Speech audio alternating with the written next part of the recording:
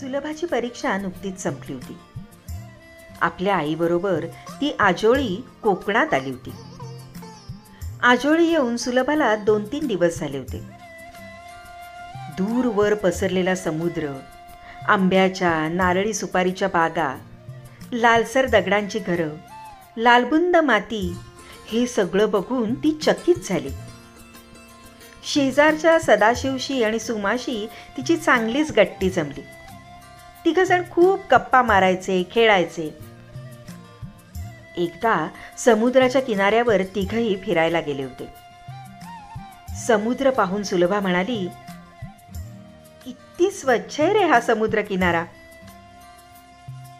किनाऱ्यावर थोडा वेळ थांबून तिघही फिरत फिरत एका पर्ह्याजवळ आले. खळखळ आवाज करणाऱ्या पर्ह्यात मुलं खूप नाचली. तिथे सदाशिवचे 2 मित्र त्यांना भेटले. पर्हा ओलांडण्यासाठी लाकडाचा अरुंद पूल होता. सुलभा थबकली, पुलाकडे पाहतच राहिली. घाबरलीस? अगं पक्का आहे तो साकव, सुमा म्हणाली. साको म्हणजे काय रे सदाशिव? सुलभाने विचारलं. अगं साको म्हणजे पूल, 2 काठांना जोडणारा, सदाशिवनी सांगितलं. साकव, साकव, सुलभानी शब्द मनात घोळवला. मुलं साकवावरून पलीकडे गेली. सर्वांबरोबर सुलभा सुद्धा बिचकत बिचकत साकवावरून गेली. सभोवतालच्या दाट झाडीतून येणारे पक्ष्यांचे आवाज सुलभाला नवीन होते.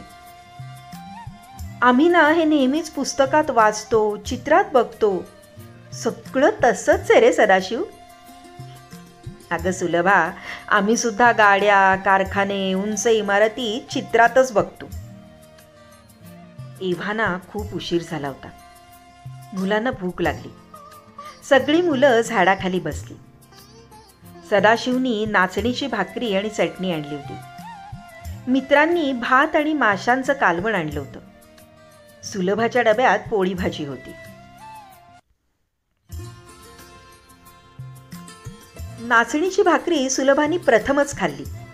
तिला ती खूपच आवडली. मुलं परत निघाली. परतीच्या वाटेवर गप्पा रंगात आल्या. सुलभानी आपल्या शहरी जीवनातल्या कितीतरी गमती सांगितल्या. ती शाळेला दुमजली बसमधून जाते हे ऐकून तर मुलांना खूप आश्चर्य वाटलं. अरे आमच्याकडे शहरात इमारती असतात, 5 मजली, 10 मजली, सुलभा म्हणाली. बाप रे, म्हणजे चढा उतरायचा त्रास, दिवस सगळा त्यातच जायचा, सदाशिव म्हणाला. नाही रे, वरच्या मजल्यांवर जायला विजेचा पाळणा असतो, त्यालाच उद्वाहक किंवा इंग्रजीत लिफ्ट म्हणतात. आपण फक्त त्यात उभं राहायचं, बटन दाबलं की पाळणा आपोआप वर जातो, पायऱ्या विऱ्या चढायच्या नाहीत, सुलभा म्हणाली. सुलभाच्या घराभोवती झाडं नाहीत हे ऐकून सदाशिवला नवलच वाटलं.